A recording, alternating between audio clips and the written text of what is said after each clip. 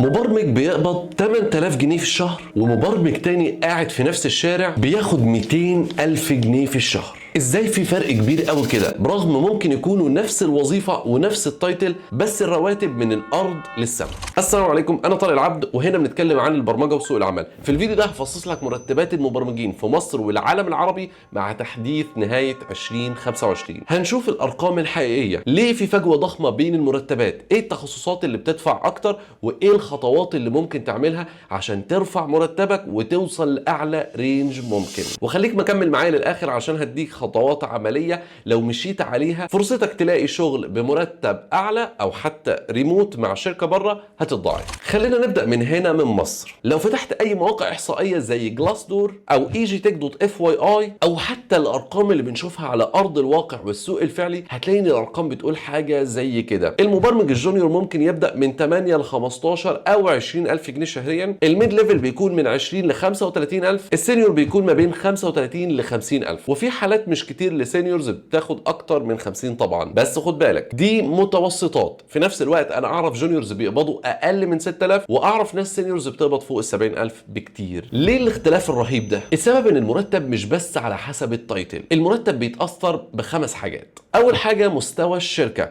ستارت اب صغيره ولا كبيره ولا حتى كوربريت او مالتي ناشونال. تاني حاجه الشركه دي فين، جوه مصر ولا بره؟ لو جوه مصر في القاهره ولا في باقي المحافظات؟ لو بره مصر هل ليها فرع جوه مصر ولا هي من بره وشغلها كله ريموت؟ تالت حاجه نوع المشروع نفسه. رابع حاجه قدرتك انت في المفاوضه. اتنين في نفس الشركه في نفس المستوى ممكن تلاقي اختلاف كبير بين مرتب كل واحد والتاني بسبب التفاوض. واخر حاجه طبعا توفيق من عند ربنا. يعني لو لسه بتبدأ ما تقارنش نفسك بواحد سينيور في شركة عالمية ظروفه غير ظروفك، بس في نفس الوقت اعرف ان الطريق مفتوح والفجوة مش مستحيلة تتعوض. خليني اقول لك مثال صادم. اتنين مبرمجين باك اند مثلا بنفس عدد سنين الخبرة، واحد شغال في شركة محلية بياخد 20,000 جنيه، التاني شغال ريموت مع شركة في الخليج وهو في مصر بياخد 100,000 جنيه. ازاي الكلام ده؟ الاول شغال في شركة محلية دخلها بالجنيه بتدفع على قد السوق، التاني شغال مع شركة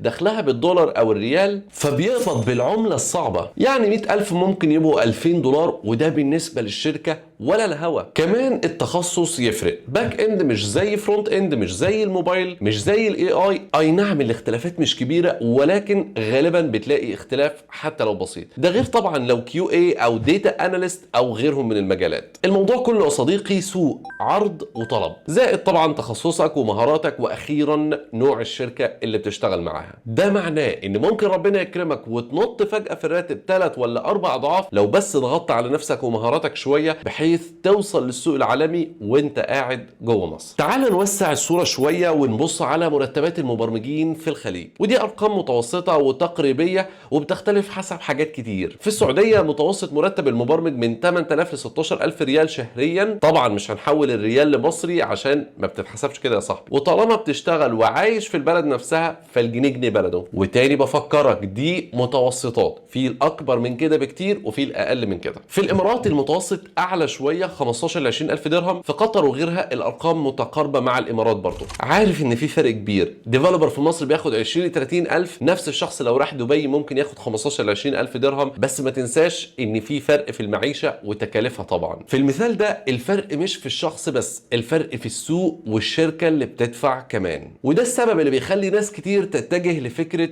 الريموت او العمل عن بعد، لانك وانت في مصر ممكن تشتغل مع شركه في الخليج او في اوروبا او حتى في امريكا وتقبض بالعمله بتاعتهم. فكره العمل عن بعد للمبرمجين بقى زي طوق النجاه، وهو اللي عامل الفجوه الرهيبه في المرتبات اللي بنشوفها دلوقتي. انا اعرف شخصيا ناس عايشين في القاهره وبيشتغلوا مع شركات في امريكا واوروبا والخليج، مرتبهم الشهري اكتر من 100 و150 و200 الف جنيه، وفي اكتر من كده بكتير كمان. ازاي وصلوا لكده؟ وصلوا لكده بثلاث خطوات. عاملين بورتفوليو محترم، وده يشمل السي في، المشاريع بتاعتهم، ومظبط الجيت هاب بالدوكيومنتيشن بكل الكلام الجميل ده، مظبطين لينكد ان جدا، وعاملين كميه علاقات رهيبه مع ناس في نفس تخصصهم، وتك ريكروترز وتك ليدرز عارفين ازاي يقدموا يتفاوضوا صح ولو عايزين نتكلم في الموضوع ده اكتر اكتبوا لي في الكومنتات، وما تنساش السبسكرايب. لكن برضو مش كل ريموت زي بعض، في ناس بتشتغل ريموت مع ستارت ابس صغيره وبتقبض ارقام اقل من الارقام دي، فصدقني مفيش قاعده واحده لكل حاجه. وبالتالي لو عاوز توصل انك تشتغل عن بعد بارقام محترمه فعلا، الموضوع مش سهل لكنه محتاج استعداد. لكن بمجرد ما تكون جاهز وتحط رجلك في بدايه الطريق،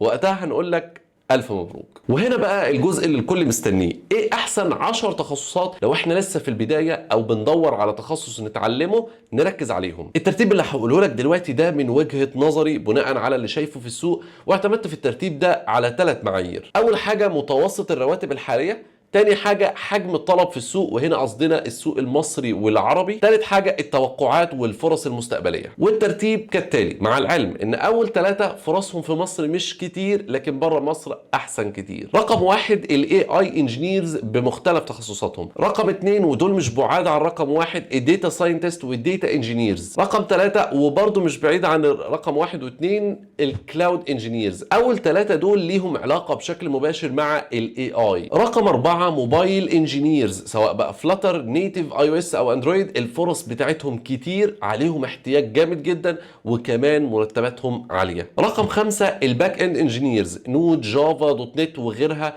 رقم 6 الفرونت اند انجينيرز، سواء بقى رياكت او انجولار او فيو. رقم 7 ديف اوبس، مرتباتهم حلوه جدا لكن المشكله فرصهم اقل شويه من كل اللي فوق. رقم 8 الكيو اي انجينيرز، ولو عارف اوتوميشن فده هيفرق معاك جدا في الراتب عن المانوال.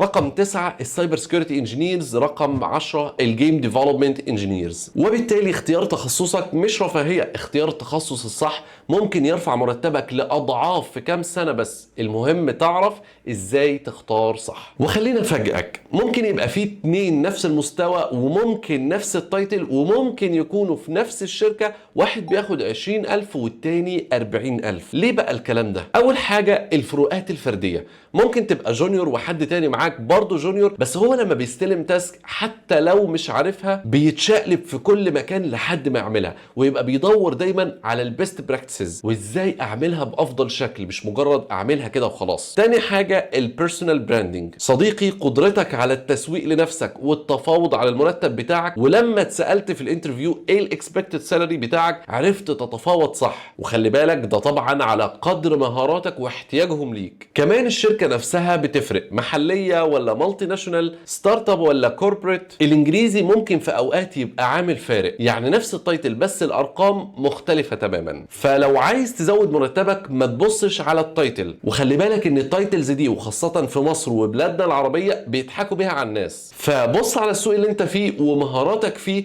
ومدى تطورك اليومي اللي انت بتعمله. ولو وصلت لحد هنا ما تنساش السبسكرايب الجميل عشان نكمل ال 100,000 قريب. وخليني بقى اقول لك الوصفه اللي لو انت لسه في بدايه طريقك في البرمجه او عاوز توصل لشغل بالدولار، اعمل ال7 خطوات دي. اول حاجه اختار تخصص عليه طلب زي الموبايل، باك اند او فرونت او حتى تخصصات الاي اي. تاني حاجه ابني على الاقل 3 مشاريع قويه وحطهم على جيت هاب واعمل لهم دوكيومنتيشن محترم جدا. تالت حاجه ظبط لينكد ان وسوق نفسك هناك بالمشاريع اللي عملتها، وما تنساش السي في بتاعك لازم يكون جاهز دايما من دلوقتي. ولو حابب نعمل كراش كورس كده بسيط نظبط فيه السيفيهات وكام لايف كده نراجع فيه السيفيهات بتاعتكم، اكتبوا لي في الكومنتات. رابع حاجه شارك في الايفنتات والمؤتمرات اللي بتتكلم عن التكنولوجي، عشان ده هيعرفك معلومات مش هتلاقيها في اي مكان وتعرف احدث الابديتس. خامس حاجه اعمل نتوركينج مع ناس في المجال سواء في المؤتمرات اللي بتحضرها او من لينكد ان. سادس حاجه حضر نفسك للمقابلات، اعمل موك انترفيوز ودور لك على منتور، صدقني وجود منتور معاك مش رفاهيه. سابع حاجه اعرف ازاي تتفاوض صح على مرتبك بس بذكاء. الخطه دي تقدر تضاعف مرتبك في الكام سنه الجايين. الخلاصه يا صديقي، المرتبات في مصر والعالم العربي بتبدا من 8,000 وممكن توصل ل 300 و400 الف واكتر من كده كمان. الفرق مش في الوظيفه، الفرق في السوق والتخصص ومهاراتك. ولو عايز تبدا تزود مرتبك من دلوقتي جهزت لك تشيك ليست مجانيه فيها الخطوات اللي انا حكيتها باختصار واكتر، تقدر تحملها من اللينك تحت الفيديو. قولوا لي بقى في الكومنتات نفسك تقبض كام، وما تنساش تظبط لينكد ان من الفيديو ده. سلام.